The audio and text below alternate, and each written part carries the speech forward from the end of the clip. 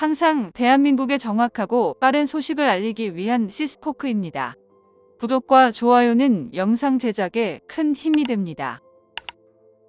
대한민국이 또다시 기술 강대국임을 화려하게 보여주었습니다. 국내 자체 기술로 자체 개발한 고체 연료 우주발사체 3차 시험 발사에 성공한 건데요. 게다가 첫 정찰 위성까지 발사하여 그동안 미국에 의존해온 대북 우주 감시 능력을 마침내 독자적으로 확보하는 순간을 맞이했습니다. 심지어 북한보다 해상도가 10배나 더 뛰어나 30cm 물체도 스마트하게 식별할 수 있는 엄청난 눈을 보유하게 되면서 대북 억지력이 크게 강화될 것으로 보이는데요. 오늘은 대한민국의 우주 개발 역량에 대해 알아보겠습니다. 대한민국은 지난 1992년 우리별 1호를 시작으로 위성을 발사의 궤도에 올리는 데까지 성공했으며 이후에도 적지 않은 위성 발사에 성공했습니다. 하지만 대부분 통신 방송 기상을 비롯해 지상 관측 과학 목적 위성 제작 기술 습득을 위한 위성들이었습니다. 한마디로 흔히들 말하는 민간 위성 상업 위성이었던 건데요. 그럼에도 한 가지 아쉬운 점은 우리의 안보와 국방력의 필수적인 군사 정찰 위성은 확보하지 못했다는 것입니다. 그런데 이젠 상황이 바뀌었습니다. 대한민국은 얼마 전 군사 정찰 위성 발사 성공에 이어 고체 연료 추진 발사체 시험 발사까지 성공하며 우리 군의 정찰 감시 역량을 폭발적으로 끌어올리고 있는데요. 지난 4일 우리 군은 제주도 중문 해안에서 4km가량 떨어진 해상의 바지선에서 고체 연료 우주 발사체를 발사했고, 이후 마찬가지로 국내 기술로 개발된 지구 관측용 4위성까지 역시 안정적으로 분리궤도 진입에 성공했다고 밝혔습니다. 대한민국이 독자 기술로 고체 연료 우주 발사체와 위성을 설계 제작하고 실제로 탑재한 위성을 우주 궤도에 안착시키는 기술까지 완벽히 보유했다는 게 증명되었는데요.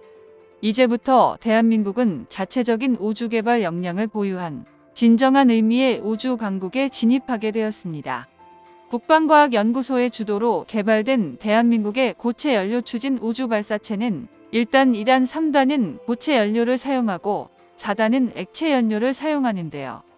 이번에 성공한 발사는 3차 시험 발사이며 지난 2022년 3월과 12월에 있었던 두 번의 시험 발사에서는 2, 3, 4단 추진체 시험을 실시했고, 이번 시험 발사에서는 1, 3, 4단 추진체를 시험했습니다.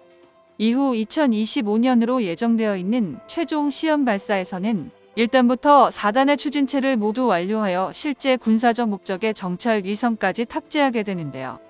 그러니까 지금까지 있었던 발사는 고체 연료 추진체를 중점적으로 시험하기 위해 했던 것입니다. 이번에는 국내 개발한 민간 상업용 위성을 탑재했고, 위성은 성공적으로 650km 우주 궤도에 진입했습니다.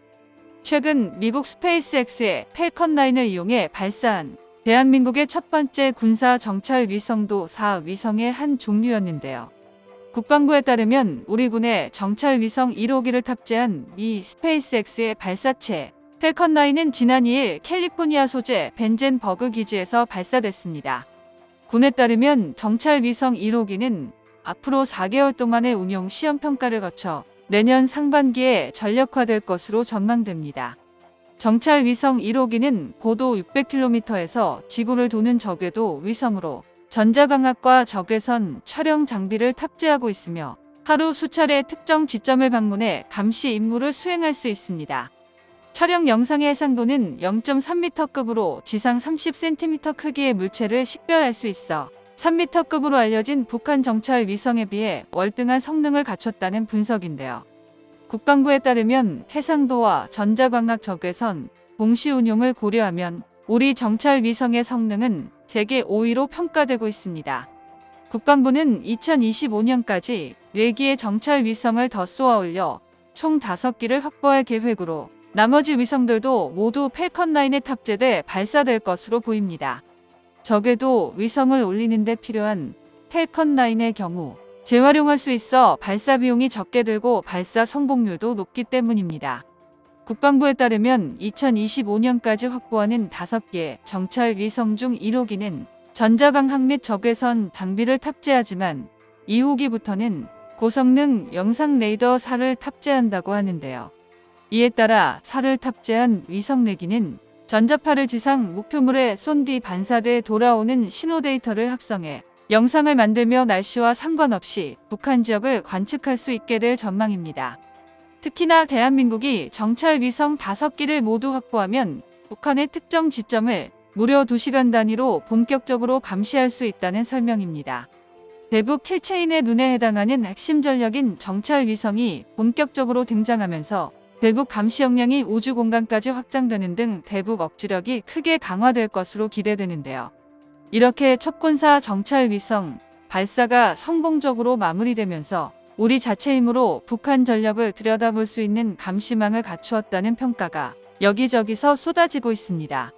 더구나 이번 정찰 위성이 지상 30cm 크기의 물체도 식별 가능한 서브미터급만큼 북한군이 확보한 최신 무기를 파악하는 데도 큰 도움이 될 거라는 분석이 지배적인데요. 특히 이번 정찰 위성에는 아리랑 3호에 비해 해상도가 4배 정밀한 고성능 광학 적외선 카메라가 장착돼 서브미터급으로 평가받고 있는데 이는 북한 정찰 위성에 비하면 10배나 뛰어난 성능입니다.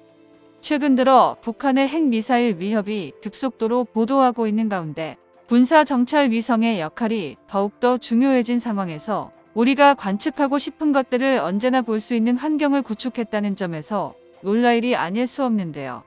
실제로 정찰 위성 5개를 모두 확보하면 가까운 미래엔 2시간 단위로 북한의 미사일 발사 차량의 움직임과 병력 이동, 북한 지휘부 동선을 밀착 감시할 수 있게 되는 겁니다. 사실 불과 몇 주 전에도 북한에서 정찰 위성을 발사했다는 소식이 들려왔었는데요. 조선중앙TV는 지난달 21일 북한이 평안북도 서해 위성 발사장에서 신형 위성 운반 로켓을 천리마일형에서 정찰 위성 만리경이를 탑재해 성공적으로 발사했다고 보도했습니다. 이렇게 북한이 쏘아올린 군사정찰 위성을 뚫고 한반도 긴장감이 높아지는 듯했지만 북한의 이런 주장에 대해 신빙성이 의심되는 상황이라 거의 해프닝 수준으로 지나갔는데요. 또한 이번에 우리 군이 제주도에서 시험 발사에 성공한 고체 연료 우주발사체 역시 단순히 정찰 위성 발사를 위한 시험 발사 이상의 의미를 갖습니다. 우리 군 당국은 정찰 소형 위성을 긴급 상황에서 빠르게 발사할 수 있는 능력을 갖추게 되어 안보에 크게 기여할 수 있다고 밝혔는데 이를 반대로 말하면 결국 대륙간 탄도미사일 ICBM의 기술을 확보했다는 것과 마찬가지입니다. 우주 궤도까지 진입한 이후 첨단부를 지상으로 돌려 대기권에 재돌입하는 기술만 확보하면 지금 당장이라도 위성 대신 탄두를 탑재하는 게 가능해지는데요. 우리 군의 독자적 감시 정찰 능력과 이를 활용한 군사적 기술은 북한은 물론 중국, 일본 등 주변국들과 비교해 압도적 우위를 선점한 것으로 보입니다. 정보가 도움되셨다면 구독과 좋아요 부탁드립니다. 이상 시스코크입니다.